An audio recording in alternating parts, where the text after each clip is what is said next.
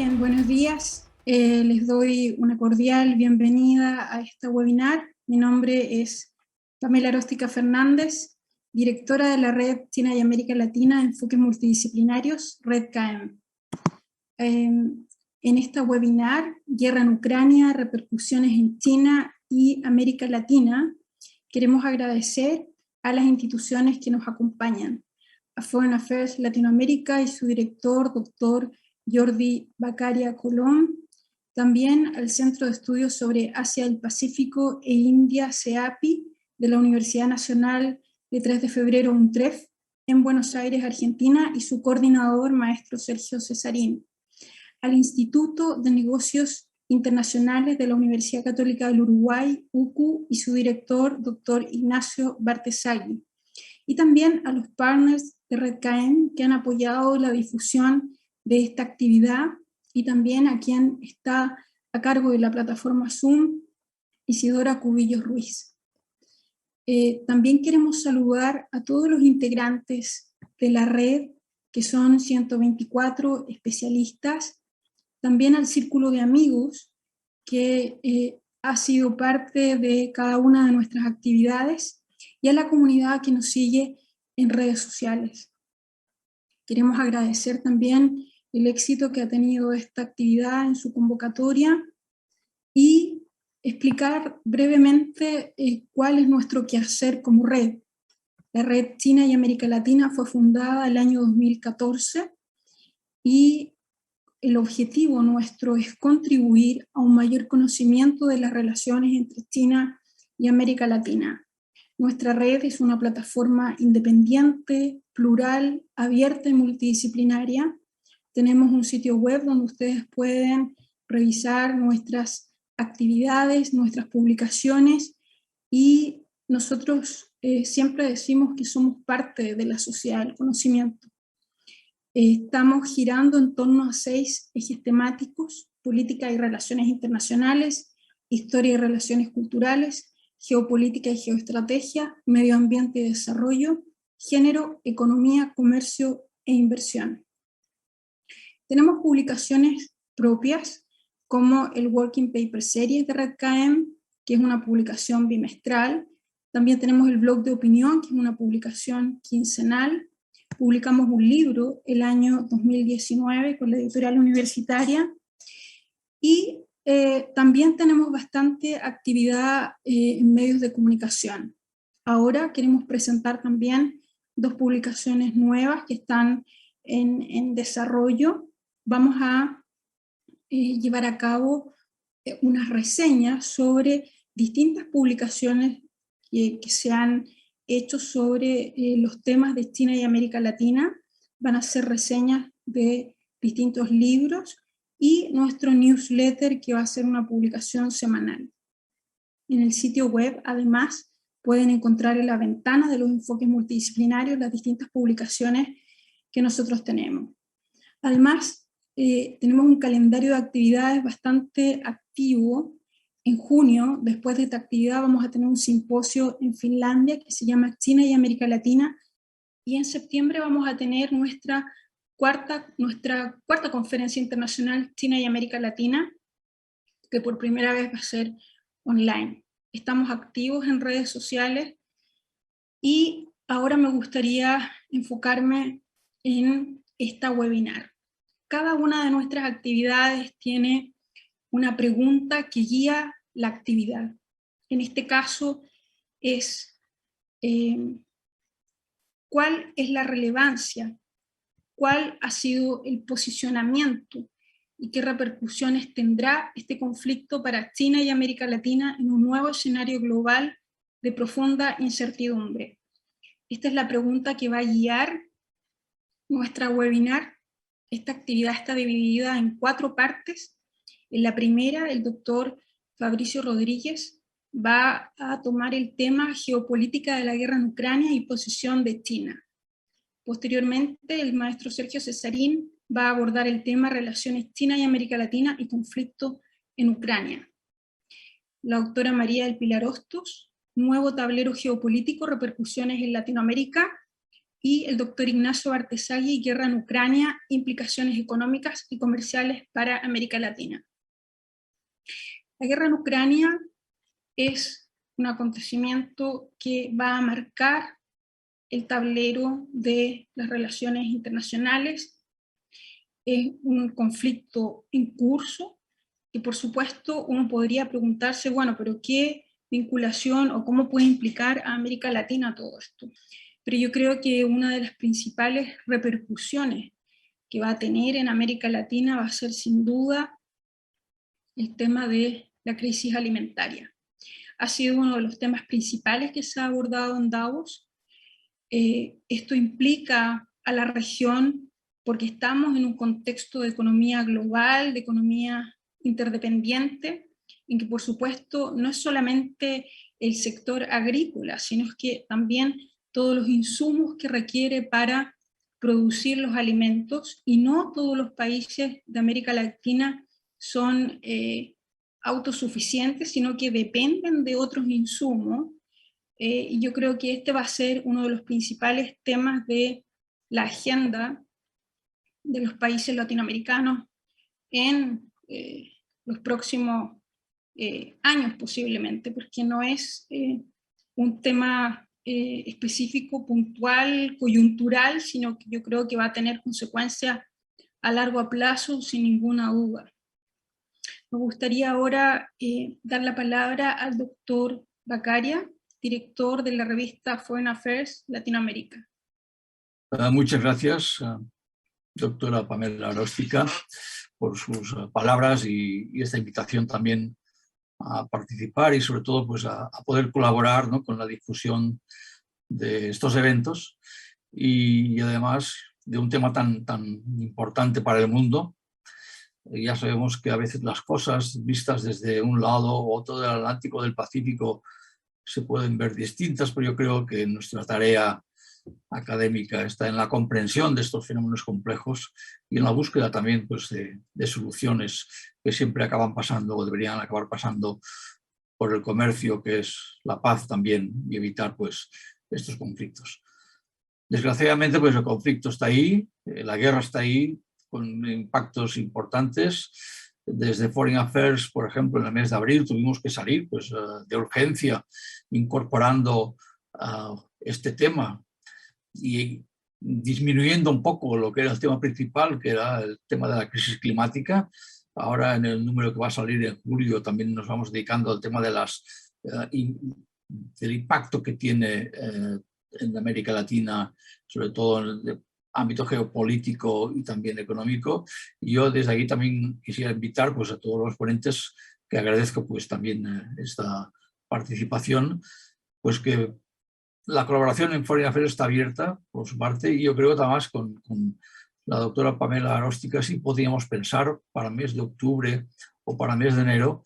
Digo, desgraciadamente la guerra pues, no va a ser corta y tiene muchas implicaciones, pero con la red de China América Latina y la doctora Pamela Aróstica quizá podíamos pensar en preparar un número de Foreign Affairs dedicado a estos temas y ahí pues mi invitación está abierta, solo falta pues, que nos pongamos un poco en pensar en el número y coordinado por la doctora Pamela y por la red China-América Latina. Yo creo que podría ser también un paso adelante más en esta colaboración que establecemos con ustedes para difundir también estos eventos. Muchas gracias y felicidades por la calidad, ¿no?, de estos debates y el alcance, sobre todo, pues ahí modestamente donde podemos contribuir también desde Foreign Affairs Latinoamérica. Muchas gracias. Muchísimas gracias, doctor Bacaria. Gracias por esa invitación también a colaborar en un número especial sobre este tema. Me gustaría mencionar que algunos de nosotros estamos bastante cerca del epicentro de este conflicto, que es en Ucrania. Fabricio Rodríguez vive en Alemania, en el sur, él es de Ecuador. La Isidora Rodríguez está en Francia, el doctor Bacaria está en España, y yo vivo en Berlín. Por lo tanto, nuestra óptica con respecto a este conflicto tiene una perspectiva diferente, nos permite tomar en perspectiva a cierta distancia y observar lo que pasa con América Latina y también observar en perspectiva lo que está pasando con este conflicto ahora. Por lo tanto, creo que estamos desde un punto de vista intelectual en una posición bastante privilegiada. Recordarle también a quienes están conectados que el chat está abierto, pueden comenzar a enviar sus preguntas desde ahora y al final de la webinar vamos a tener 20 minutos como una ronda de preguntas para los panelistas. Ahora me gustaría presentar a Fabricio Rodríguez. Él es investigador senior del Instituto Arnold Bergstraße, docente en Relaciones Internacionales de la Universidad de Freiburg en Alemania. Es doctor en Relaciones Internacionales por la Universidad de Freiburg y ha sido asesor en temas de gobernanza y desarrollo económico territorial para gobiernos y organismos internacionales en América Latina. Ha conducido investigaciones en China, Europa y diversos países de Centro y Sudamérica y es integrante de nuestra red. Fabricio, adelante. Muchísimas gracias, Pamela, por esta invitación a participar en este espacio y por crear y generar este espacio de reflexiones tan necesario en una coyuntura de, como se mencionó ya, de profunda incertidumbre, de grandes niveles de ansiedad respecto a esta situación, de ese conflicto a gran escala por el cual desde diferentes lugares del mundo, también posicionalidades, sentimos que el mundo está en cambio y la gran pregunta realmente que conmueve a la mayoría de personas que me imagino están participando es ¿cuándo terminará la guerra? No solo cuándo, sino cómo terminará esta guerra. Y para este seminario, este webinar específicamente, ¿qué rol jugará China en este escenario y qué repercusiones tendrá eso sobre América Latina? Parece que la discusión no podría ser más acertada desde el punto de vista del planteamiento de Red KM y quiero felicitar por esa iniciativa, en especial a los organizadores del evento. Yo voy a hablar sobre la geopolítica de la guerra en Ucrania y sobre todo enfocarme a la posición de China en ese escenario. Lamentablemente las grandes preguntas que todos tenemos dentro no se pueden responder tan fácilmente y en tan poco tiempo. Sin embargo, es interesante ver y es importante también entender los factores que afectan la política exterior de China, de la República Popular de China en Ucrania, dado que en el momento en el que se llevó a cabo la invasión por parte del régimen ruso en territorio ucraniano, muchas de las preguntas, los ojos voltearon hacia China como una gran potencia emergente que hasta el momento se perfilaba en un escenario de cooperación frente a otra superpotencia, los Estados Unidos, a espera de la reacción que podría venir desde Pekín. Y la verdad es que eso estuvo creando una situación de suspenso por varias semanas y lamentablemente no podemos introducirnos en la forma de pensar de los tomadores de decisión, de las diferentes partes involucradas, pero podemos hacer un esfuerzo de la lectura, de los factores que mueven y podemos comprender desde nuestra modesta capacidad de análisis. Lo que es importante, y esto no va a sorprender a las personas que se dedican al estudio de la política exterior de China, es que la agenda doméstica y la agenda regional son factores muy importantes para entender la forma en que China se mueve en el escenario internacional y específicamente en este conflicto. Es decir, que en la medida en que esas áreas de vital importancia son tocadas por el ambiente internacional y que afectan a la legitimidad del Partido Comunista Chino, eso va a generar reacciones, comportamientos en función del entorno en el cual nos estamos moviendo. Eso pasa también por la política de una sola China. Voy a explicar un poco más sobre este tema y también el balance de poder en Asia. Y a pesar de que estamos hablando de un conflicto armado en Eurasia, vamos a ver que este conflicto tiene repercusiones directas sobre cómo China se ve en el mundo, en el marco de este conflicto, pero sobre todo la lectura que China, desde mi punto de vista, está haciendo es cómo afecta este conflicto a su propia agenda doméstica, a su propia agenda internacional, su posición relativa a los Estados Unidos y aliados. También, sin embargo, es importante mencionar que existen áreas de convergencia entre Rusia y China, Sin embargo, me parece que en el debate público hay la tendencia a poner a estos dos agentes internacionales en el mismo espacio, y eso creo que necesita ser diferenciado. Y en síntesis, lo que voy a plantear en esta ponencia es que la valoración que hacen las autoridades chinas desde Beijing, desde Pekín, respecto a la guerra en Ucrania, está mucho más enfocada a las repercusiones que tienen estos acontecimientos a lo interno, hacia China y para el futuro accionar de China en campo internacional, más que en un involucramiento para resolver, regular y redefinir las agendas para buscar una salida a esta situación. Ahora, si nos enfocamos en buscar la posición de China, ¿a dónde nos referimos como una base sólida para poder buscar esas posiciones?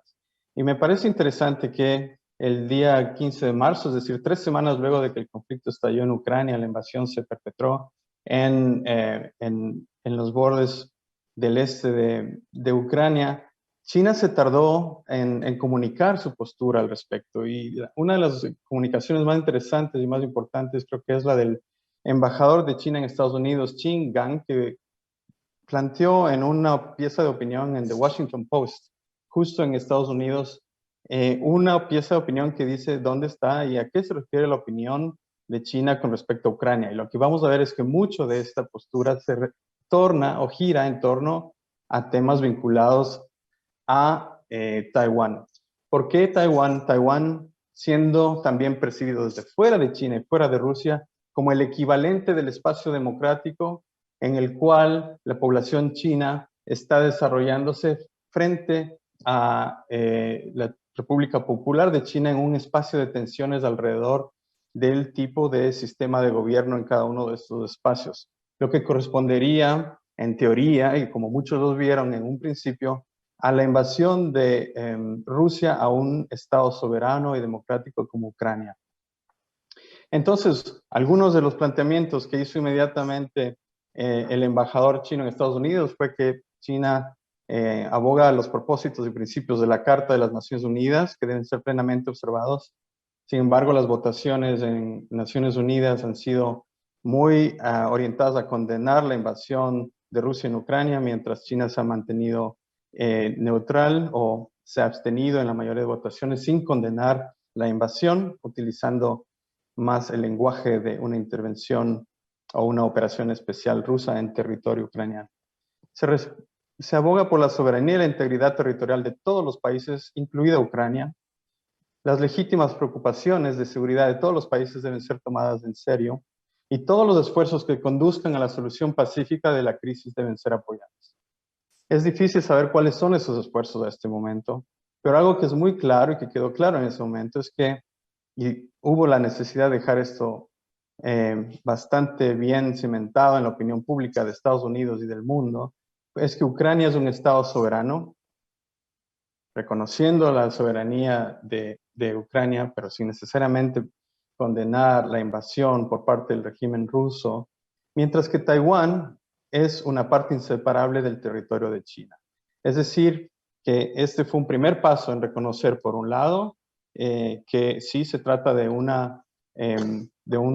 conflicto en donde la soberanía de los estados está en juego, algo que para China es muy importante desde su propio punto de vista, la no intromisión en asuntos internos, pero también dejar en claro que son dos casos distintos y que el mundo tiende a verlos en un eje paralelo que no debería ser el caso.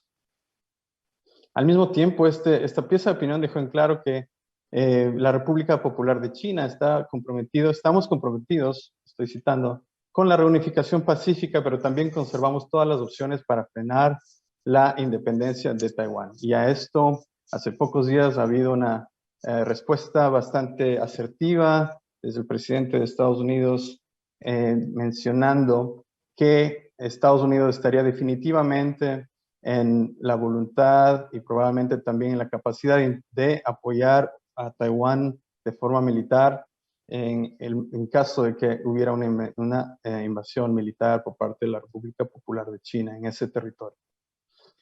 Bueno, en mi lectura, y paso más allá a hacer una lectura que es una opinión y me interesaría muchísimo entrar en debate y conversación con este increíble panel de tan primer nivel que tenemos el día de hoy. Mi percepción es que Ucrania, desde la perspectiva de China, es un espacio colateral.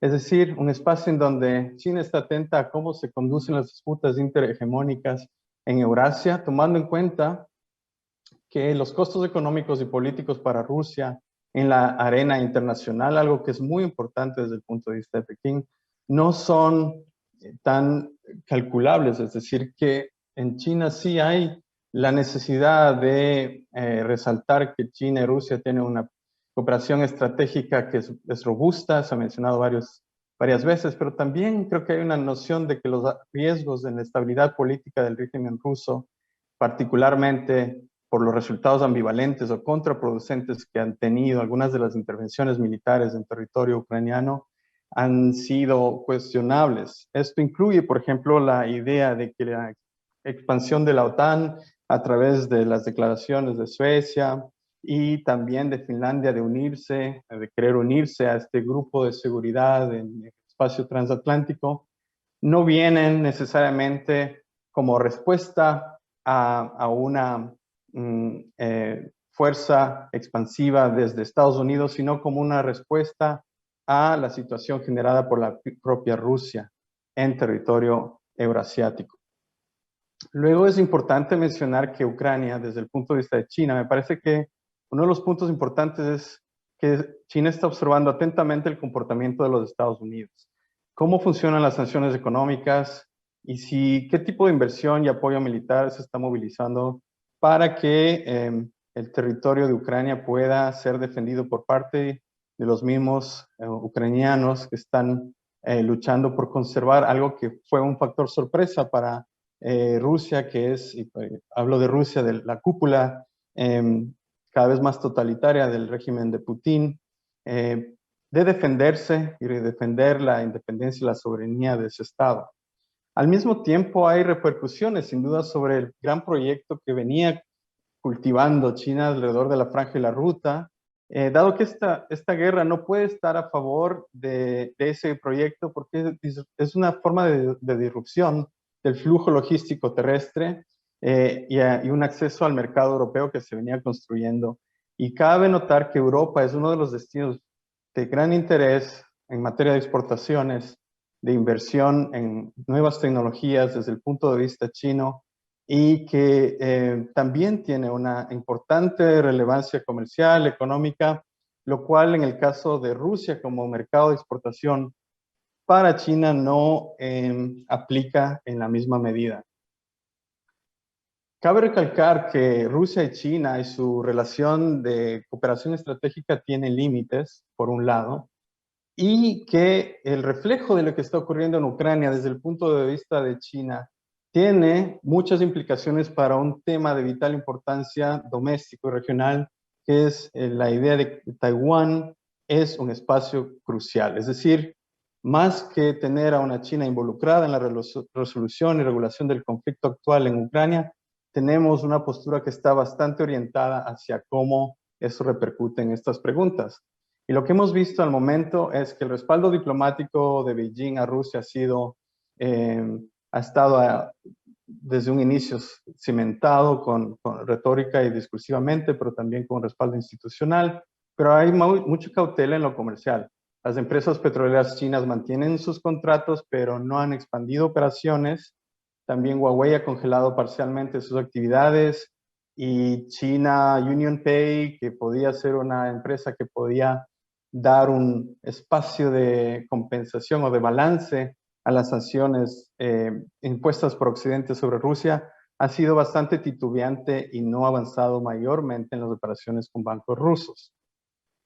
Entonces, desde lo que nos tenemos que plantear, y es una pregunta abierta y tenemos que tratar de analizar de la mejor forma, es si las tensiones interhegemónicas que vemos ahora tejiéndose en el espacio de Ucrania entre Estados Unidos, Occidente, con Europa en el medio, Rusia, y una postura bastante no muy decidida de la República Popular China, cómo estas se trasladan y reverberan hacia tensiones interhegemónicas en otros espacios. Creo que eso es, tener esa visión geoestratégica es importante, y esto también repercute de alguna forma en América Latina, que es lo que mis colegas van a abordar más tarde. Entonces, tenemos una advertencia de parte de Washington clara que Taiwán no puede ser, o la guerra en Ucrania no puede ser un precedente para que exista una invasión militar en Taiwán. Y esto implica también un dilema hacia el futuro para China.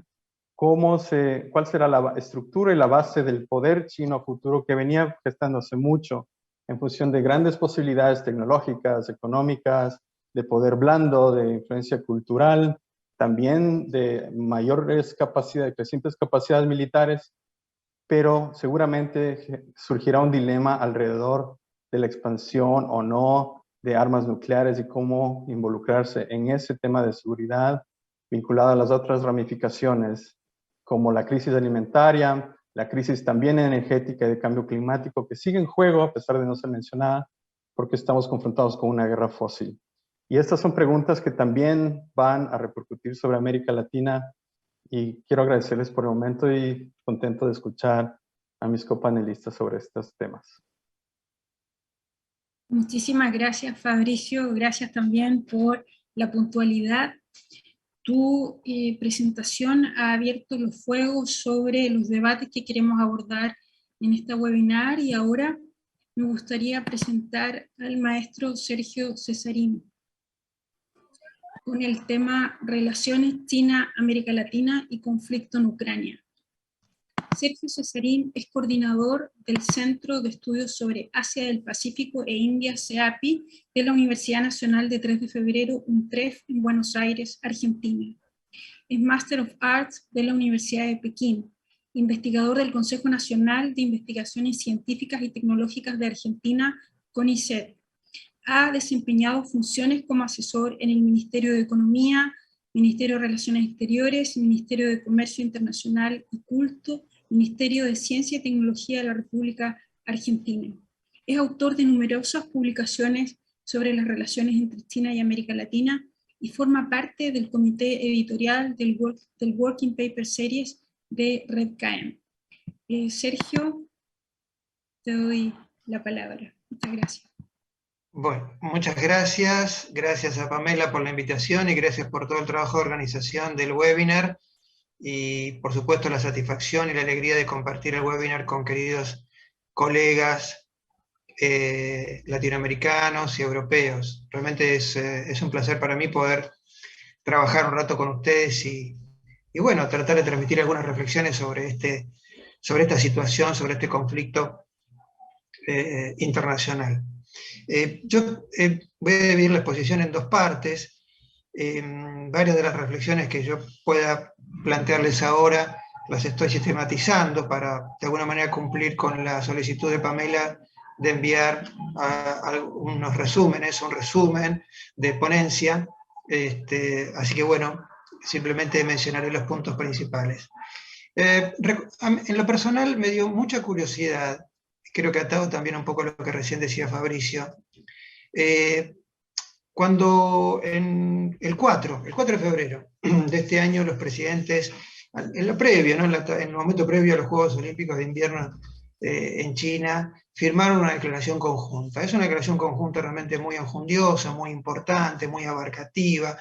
Es una declaración conjunta que confirma, evidentemente, esta presunción de alianza, como ellos la denominan, inquebrantable, pasada, presente y futura, ¿no? Entre China y Rusia.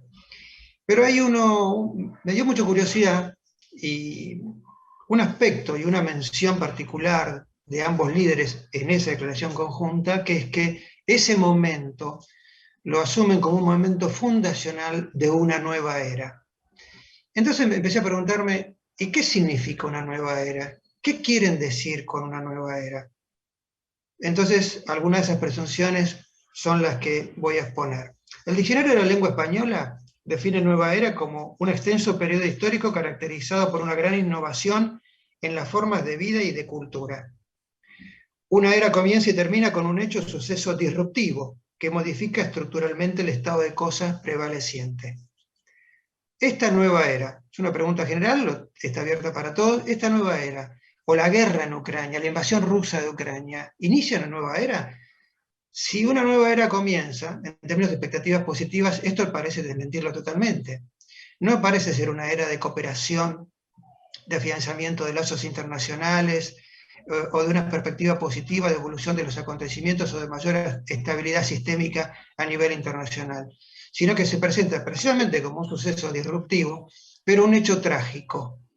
Entonces las expectativas sobre el inicio de una nueva era que China y Rusia y China nos ofrecen, no parecen ser, como digo, muy positivas desde el punto de vista no solamente de lo fáctico, expresado en el conflicto, en la gravedad, en la connotación tan humana y tan sufriente de este conflicto, sino también desde el punto de vista de la narrativa y de lo simbólico. Es este el hecho que genera el inicio de esa pretendida nueva era, de ese objetivo aspiracional bilateral chino-ruso, bueno, parece ser un poco descorazonante que sea planteado de esa manera, ¿no? Un suceso, un acontecimiento que implica ruptura de principios de acción internacional, como fueron mencionados, de soberanía territorial, de integridad territorial, principios de respeto a las fronteras, etcétera, y de acuerdos, tal cual en algún momento fueron planteados en términos de pretendida violación de los acuerdos de Minsk, en términos de estabilidad fronteriza entre Rusia y Ucrania. Entonces, ¿es un componente de una nueva era? ¿Es esto lo que presagia el inicio de un nuevo tempus? En términos, repito, de propuesta bilateral entre China y Rusia, no parece ser, como dije entonces, ese momento. Ahora, esta nueva era parece tener, hay muchos elementos de una vieja era en la nueva era. Por lo tanto, me parece que relativizo mucho esto de la nueva era.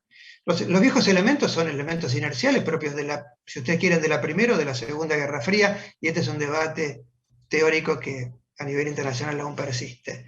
Hay muchos elementos inerciales que tienen que ver con la tensión estratégica entre China y Estados Unidos, la tensión entre Rusia y Estados Unidos, estas pujas interhegemónicas de las que hablaba Fabricio. Una cuestión muy importante, una cuestión residual, y que de alguna manera expresa de manera muy cruda y muy dura la guerra en Ucrania, es el avance o el aumento o el sostenido incremento del gasto militar mundial. Los datos del CIPRI son aleccionadores en ese sentido.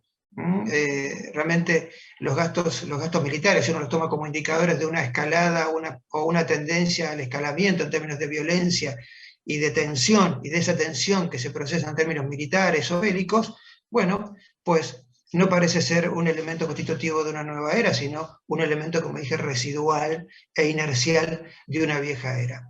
Particularmente en Asia, los conflictos, recién fueron mencionados algunos, China-Taiwán, conflictos del Mar del Sur,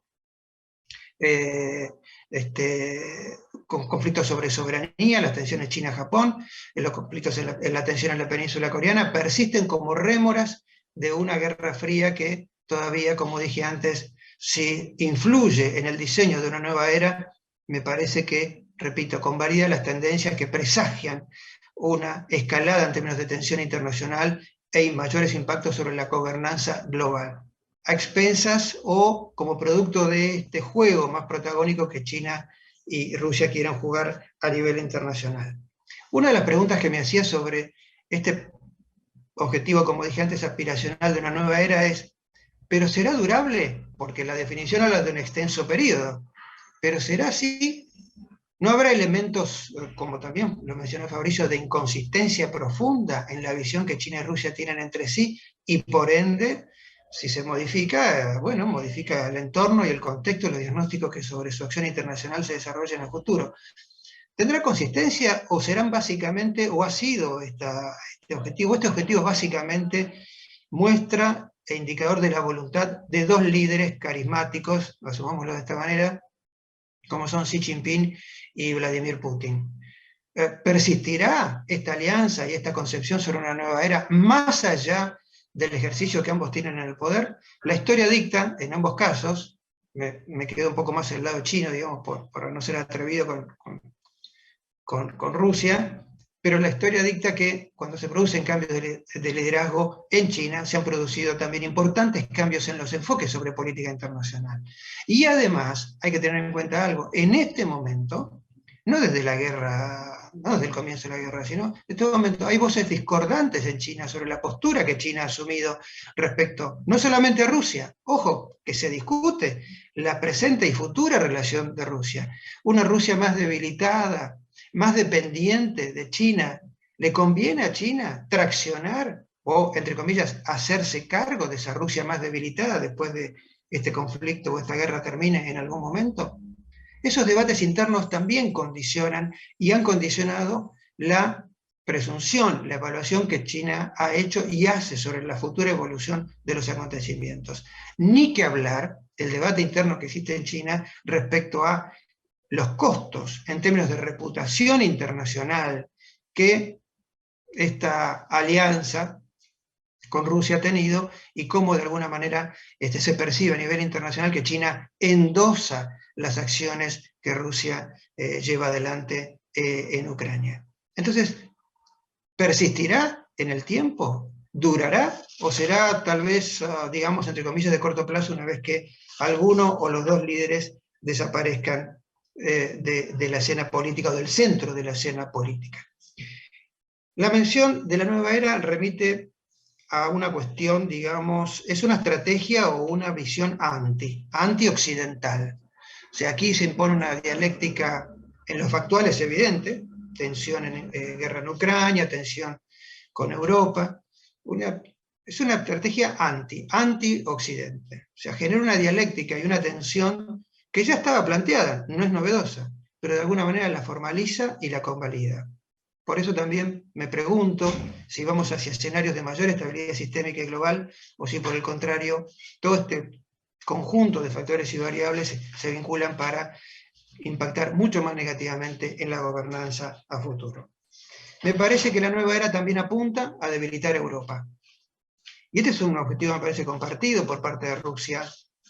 Digo, la Europa, digamos, desarrollada, si usted quiere, la Europa occidental, la Unión Europea. Obviamente que trata de generar tensiones que son combinadas, intra-OTAN e intracomunitarias. Los dilemas energéticos comunitarios, la necesidad de volcar recursos para un mayor gasto militar, las tensiones intraeuropeas que han logrado generar una reversión de ciertos enfoques, me atrevería a decir, de la política exterior alemana durante los últimos años. Es decir, hay una traslación de costos muy importante, yo creo que calculada y asumida por parte de Rusia y China hacia Europa, y de alguna manera, lamentablemente, estas tensiones y esta traslación de costos se reproduce, se manifiesta en el espacio geográfico ucraniano.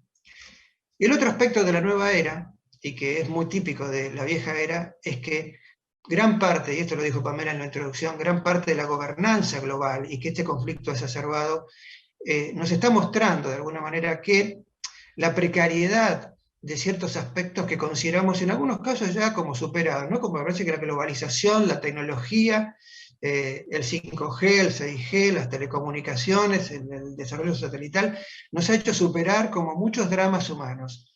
La guerra nos ha traído de vuelta en esta pretendida nueva era el hecho tan simple de que podemos atravesar periodos de hambruna y de carencias energéticas. Tan simple eso para la supervivencia del ser humano.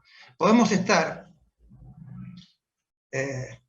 realizando intelecciones muy complejas sobre el futuro y los escenarios, y la realidad de la guerra en esta, como dije antes, pretendida nueva era, nos trae al terreno muy concreto, muy instintivo, si ustedes quieren, de la supervivencia humana a través de una ecuación alimentaria equilibrada, al igual que la energética.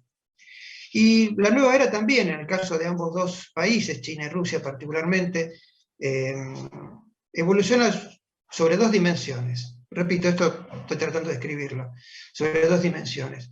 La idea de construir un nuevo hombre, y esto si ven el caso ruso es así, una visión patriótica, una visión nacionalista, soberanista, una visión mucho más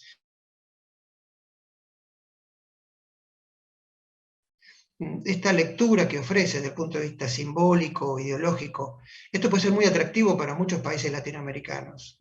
Aquellos, tal vez, partidos más progresistas, hoy día más progresistas, y partidos de izquierda pueden ver en esto una mayor posibilidad de adhesión a este conjunto de propuestas o estas propuestas que ambos países tienen. La formación del hombre patriota, la formación del hombre noble, del hombre nuevo, mejor dicho, en el caso del hombre noble más confusiano, en el caso de China, pero el hombre nuevo es algo que une, digamos, yo diría acerca muchísimo las concepciones que China y Rusia tienen respecto a esta nueva etapa del sistema internacional.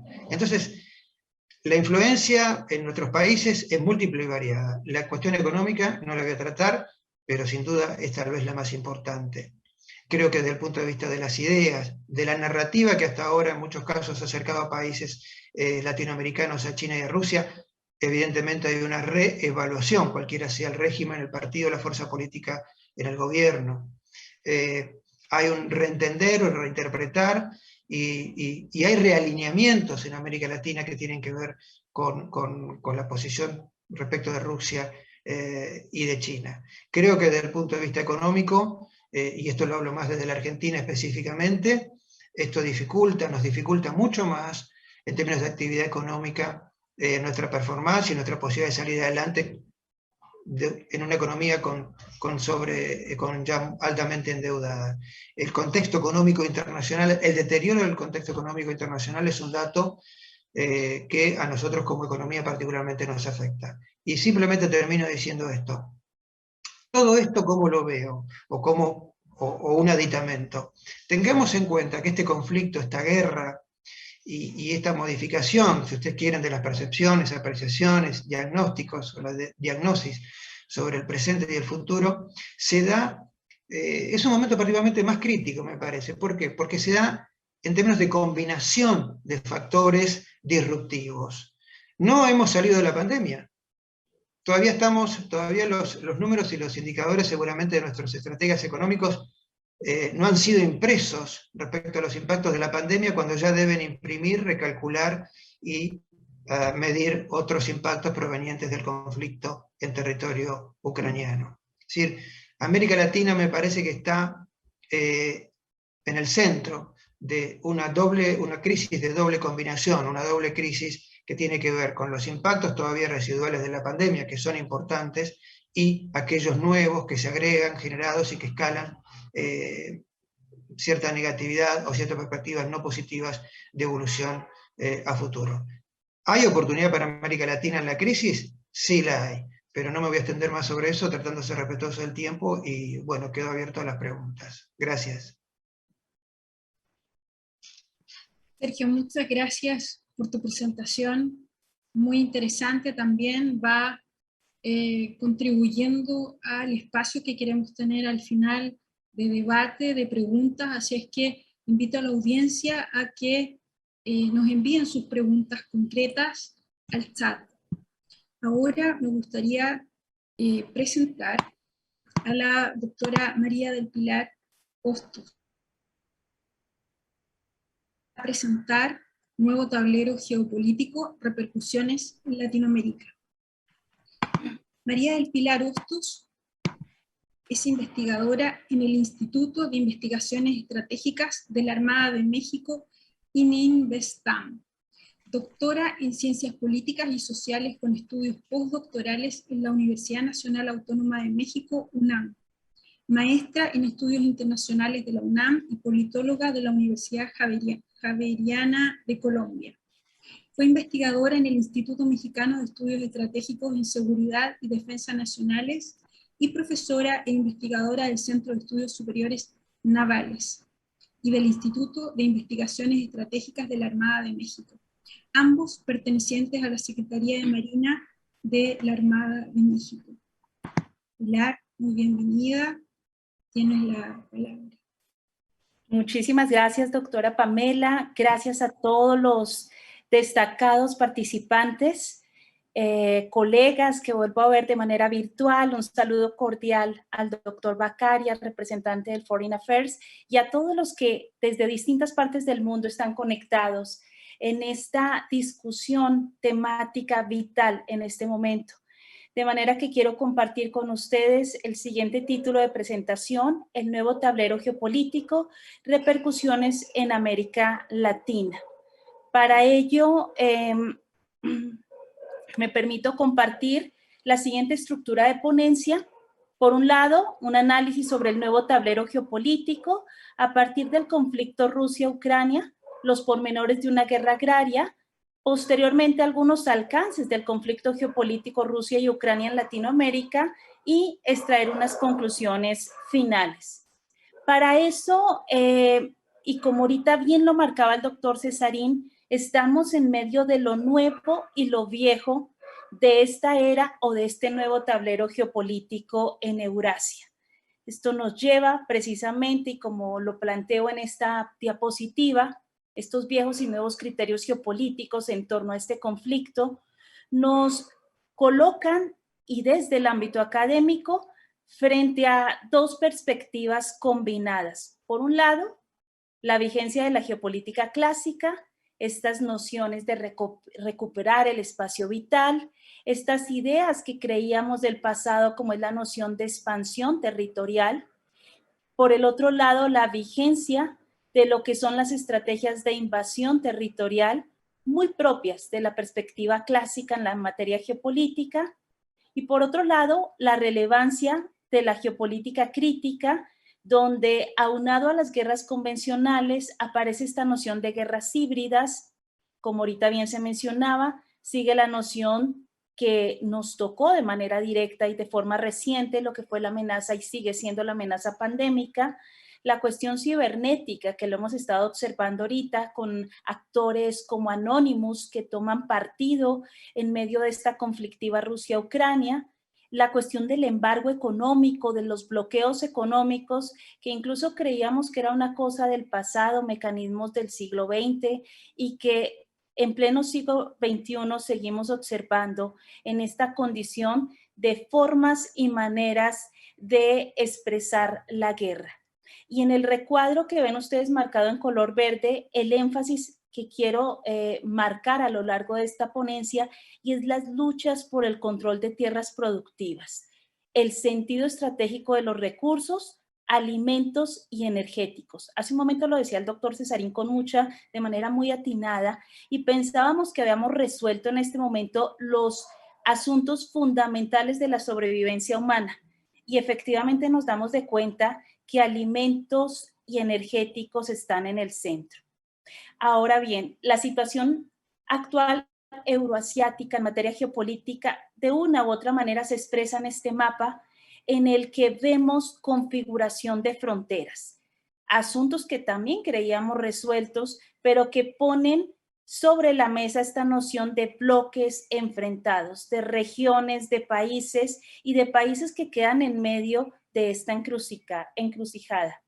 Ahora, vamos a observar, por ejemplo, las posturas de los actores en conflicto, y es importante que las detallemos, ya sea en este caso, como va a ser el caso de Rusia y seguidamente de Ucrania, para ver efectivamente los efectos en América Latina.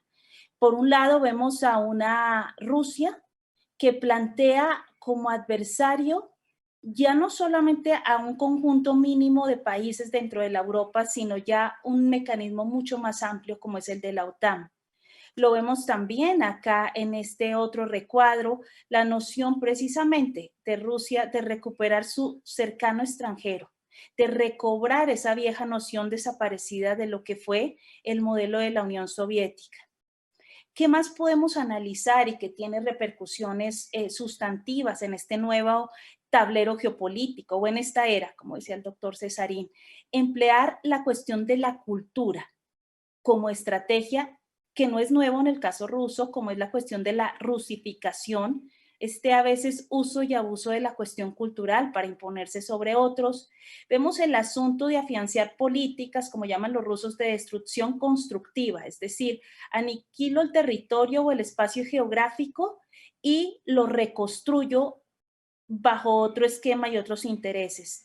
Vemos también por este lado la noción de generar nuevos corredores geoestratégicos, como nos lo plantea ahorita, y no de manera reciente, 2014, o nos podemos ir mucho más atrás, la región del Donbass, hasta alcanzar tierras cálidas en el mar Mediterráneo, que es parte de esta noción geopolítica muy rusa, que ahorita vamos a irle dando sentido en función de los intereses aquí aplicados en América Latina. Y finalmente, aquí, bajo este esquema, la condición de una lucha agraria en Ucrania frente a los corporativos de alimentos. Y es ahí donde quiero enfatizar, lo vemos acá, esta es simplemente una forma resumida de ver la relevancia de Ucrania como un lugar mítico, geoestratégico para Rusia, y ahorita creo que nos sorprende para el mundo. Kiev como el lugar mítico, el lugar de origen de Rusia, aquí lo vemos también con esta posición geoestratégica de Ucrania como estado bisagra entre Europa y Asia, y su forma de tener esa vinculación y cercanía entre potencias, y este aspecto fundamental, el valor de las tierras productivas de Ucrania, que la han convertido en el granero de Europa, Rusia, pero también del mundo. Entonces, esta síntesis hasta acá nos permite ir dimensionando un factor en el cual quiero hacer el énfasis, que es la explicación de este conflicto en medio de lo que denominaría una guerra agraria, concepto que incluso para América Latina nos remite al siglo XX, y también considerando que parecería ya resuelto el tema agrario en algunos aspectos. No obstante, y como lo observamos en este mapa, donde ustedes ven sombreado en amarillo, vemos el conjunto en el territorio geográfico de Ucrania, las tierras cultivables. Este corredor que empieza a darse, la región vemos acá del Donbass, Crimea, estos puertos, Odessa que hemos estado escuchando, aquí en esta otra diapositiva de manera mucho más puntual, lo que significa que este sea la región con la mejor calidad de tierra para producir trigo, maíz, cebada, productos que no son nada ajenos para nosotros en el continente americano, fundamentales en nuestra dieta alimenticia, y que vistos desde el contexto de la guerra, volvemos acá y ustedes lo observan de manera subrayada, marcada en color rojo, que hace parte de este corredor motivo de conflicto y que repercute ya, ahora sí, viéndolo desde esta visión de guerra agraria, en lo que significan los actores, no solamente Rusia dentro de Ucrania, interesada en este potencial agroindustrial, en esta tierra negra productiva, sino que aquí también podemos observar esos otros actores que han estado presentes, no de ahora, años atrás, interviniendo en territorio ucraniano con la intención, con el propósito de hacer presencia. Aquí vemos a Estados Unidos, sus corporativos de alimentos, siendo esta una forma de expansión, empresas como Cargill, que es el gran emporio cerealista que ha hecho presencia en Ucrania, Monsanto, el emporio de semillas, que llegó a tener el control del 40% del mercado de semillas dentro del territorio ucraniano, y no podemos dejar de lado a China, con esta noción de compras de tierras productivas en todo el mundo, también incluyendo Ucrania, lo hemos visto en Argentina, lo hemos visto en Centroamérica, comprando arroz, frutas, etc. De esta forma, y esta es la pretensión en esta discusión que coloco sobre la mesa, donde la invitación para reflexionar sobre estos pormenores de un conflicto geográfico que se ve lejano, pero que evidentemente tiene repercusiones aquí en América Latina.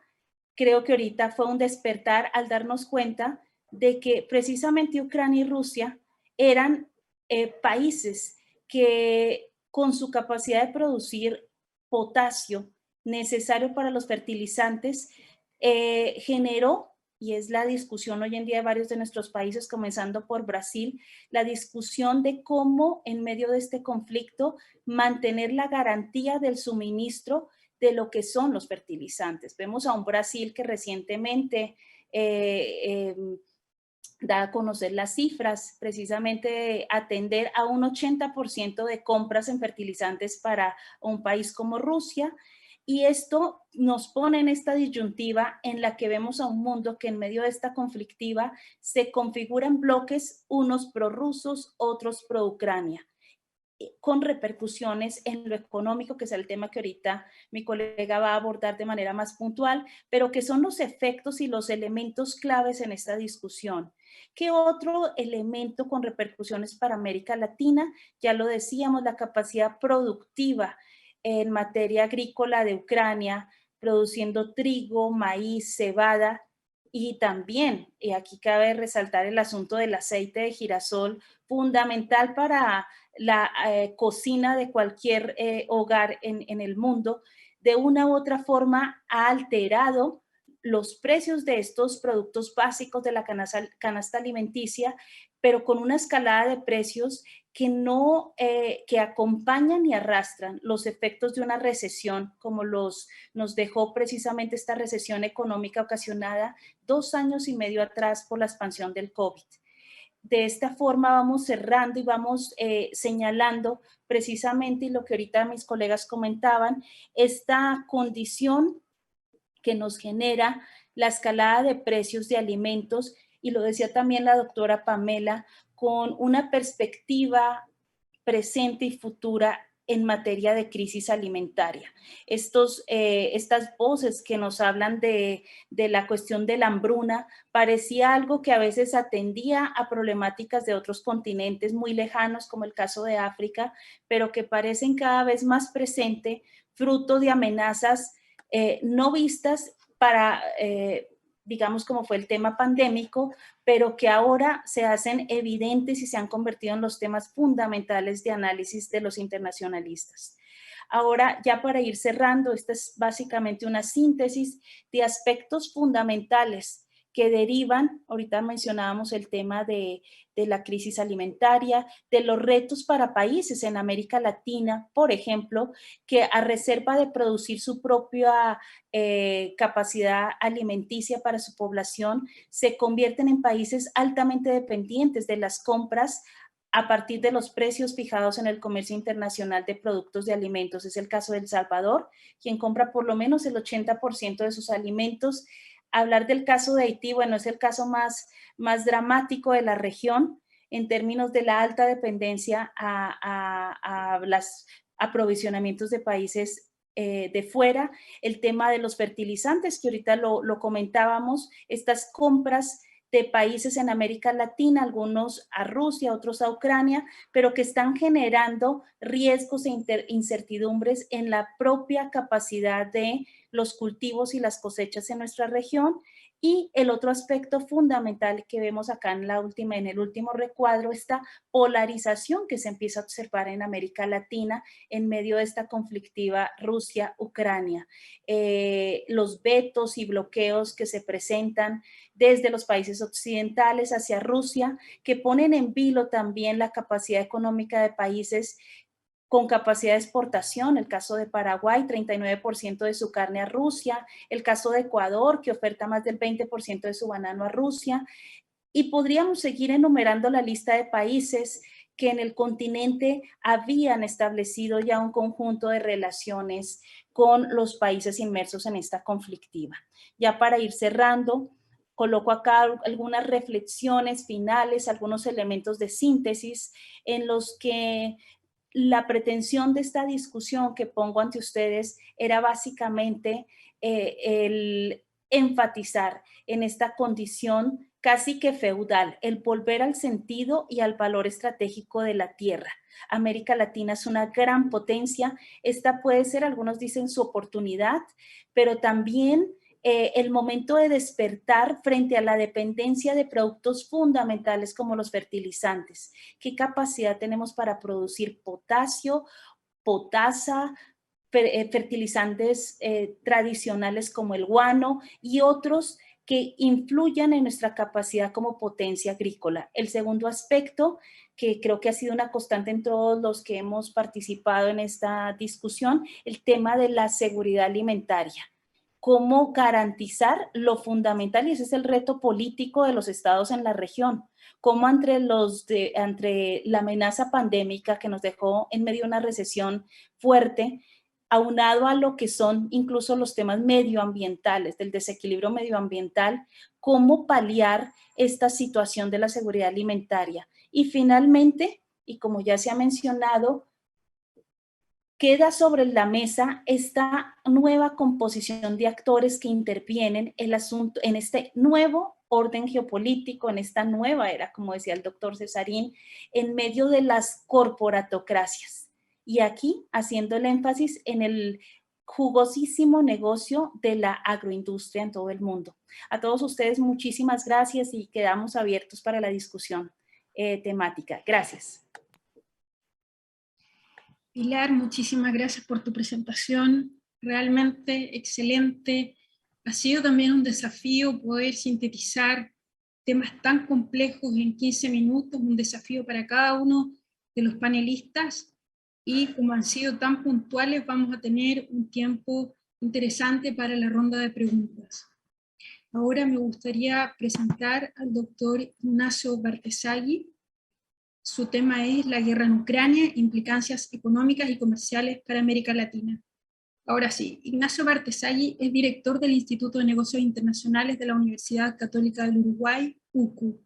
Es doctor en Relaciones Internacionales, máster en Integración y Comercio Internacional, posgraduado en Negocios Internacionales e Integración y en Comercio Exterior, y licenciado en Relaciones Internacionales. Se desempeñó como coordinador del Observatorio América Latina, Asia Pacífico de ALABI, CAF y CEPAL. Integra el Sistema Nacional de Investigadores del Uruguay, es autor de numerosos libros y artículos sobre su especialidad. Es coordinador del Eje de Economía, Comercio e Inversión de RedCaem. Ignacio, muy bienvenido. Gracias, Pamela. En tu presentación. Gracias por la invitación, un placer estar con ustedes y bueno, con tantos colegas y amigos de la región. Voy a compartir mi presentación. Me decís, Pamela, ahí si ya la están viendo. ¿Sí? Sí se ve. Perfecto. Bueno, entonces yo voy a ir bastante rápido en la primera parte de la presentación porque, bueno, tanto Fabricio, Sergio como Pilar abordaron ya algo de lo que les quería contar al principio, que tenía que ver, como para no meternos de lleno en los efectos en América Latina económicos, bueno, naturalmente hay que ver un poco estos temas de cambios geopolíticos y los impactos globales, pero voy a ir muy rápido. Yo creo que Sergio lo adelantaba esto, ¿no? Que el otro día en una presentación mi colega Marcelo Elizondo lo planteaba. Digamos, esto que está ocurriendo probablemente es un punto de quiebre de una nueva época que iniciamos, pero viene de cambios disruptivos que ya veníamos observando a lo largo de todo el siglo XXI. Y acá hay algunos 11 eventos disruptivos que coincidían. O sea, esto podría realmente comenzar con la caída de las Torres Gemelas en adelante, no porque tenga esto una relación directa con la guerra en Ucrania, sino porque allí comenzó, entre otras cosas, un debilitamiento de Occidente, un debilitamiento del Estado. Empiezan a emerger, por supuesto, células terroristas que marcan las relaciones internacionales en este nuevo siglo. Creo que hay que mirar la guerra en Ucrania, me parece que desde una lógica un poquito más extensa en cuanto a no sorprendernos. O sea, hay una gran cantidad de hechos que ya nos venían alertando sobre ciertas inestabilidades, ¿no? Y yo creo que la guerra en Ucrania nos enfoca en las posibles nuevas inestabilidades que se están dando o que se pueden dar en la región de Asia fundamentalmente. Yo creo que este es el central, ¿no? El conflicto mayor es la eventual diferencia que se pueda dar entre Estados Unidos y China por Taiwán, y esto que presentaba Fabricio tan interesante de las declaraciones del embajador chino en Estados Unidos. Bueno, evidentemente la guerra en Ucrania para China tiene que ver con Taiwán.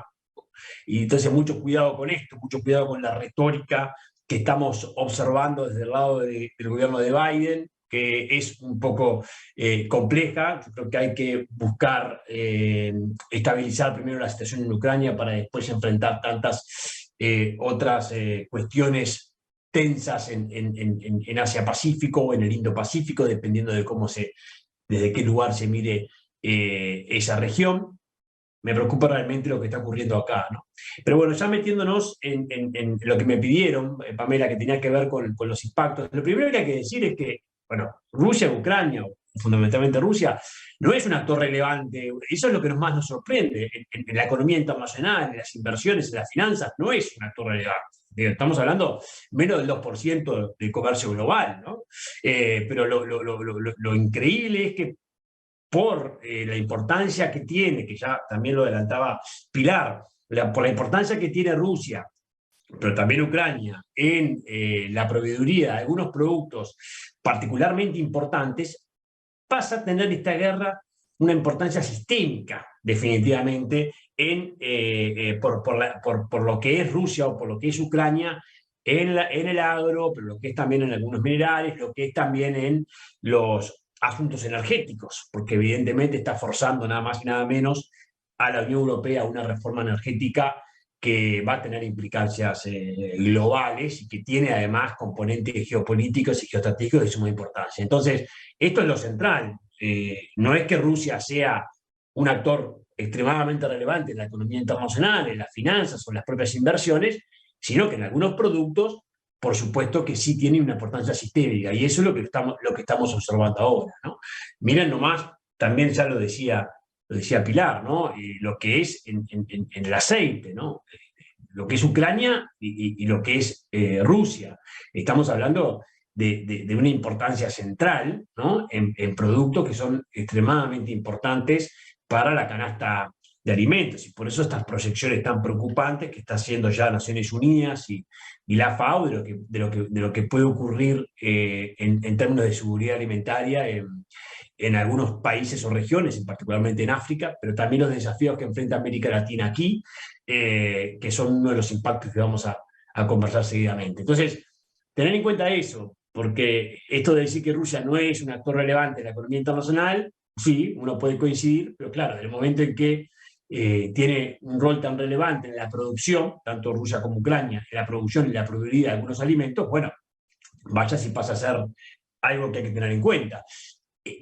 Esta dependencia del agri-food, ¿no? De commodities de Rusia y de Ucrania, en lo que son, digamos, las importaciones de algunos países, marca también el pragmatismo que hemos visto en los posicionamientos que algunas economías han tenido con respecto al conflicto.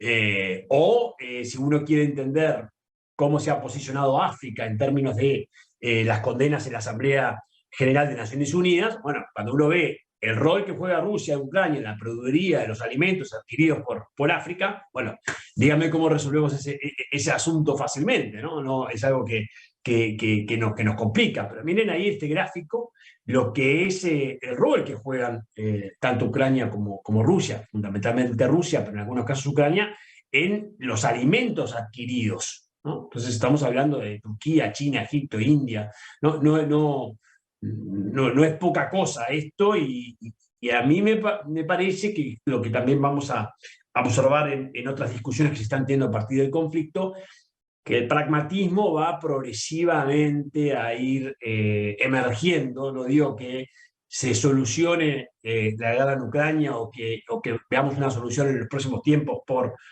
estos asuntos, pero hay mucho en juego, ¿no? Eso es lo que quiero decirles.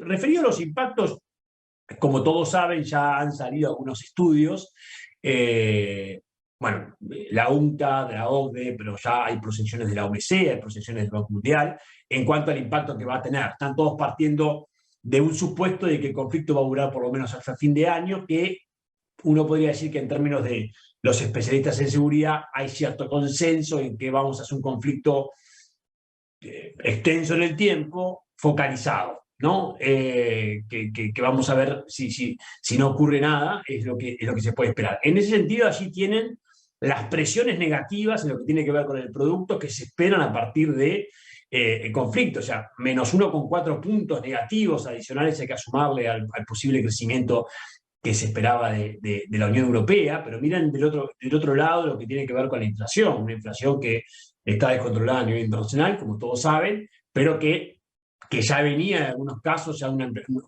mostrando una inflación elevada, que por supuesto tiene un pico de crecimiento a partir del conflicto, ¿no? Entonces esto es algo que también tiene repercusión en la seguridad alimentaria. Esto es un ejemplo de lo que es la inflación en la eurozona, ¿no?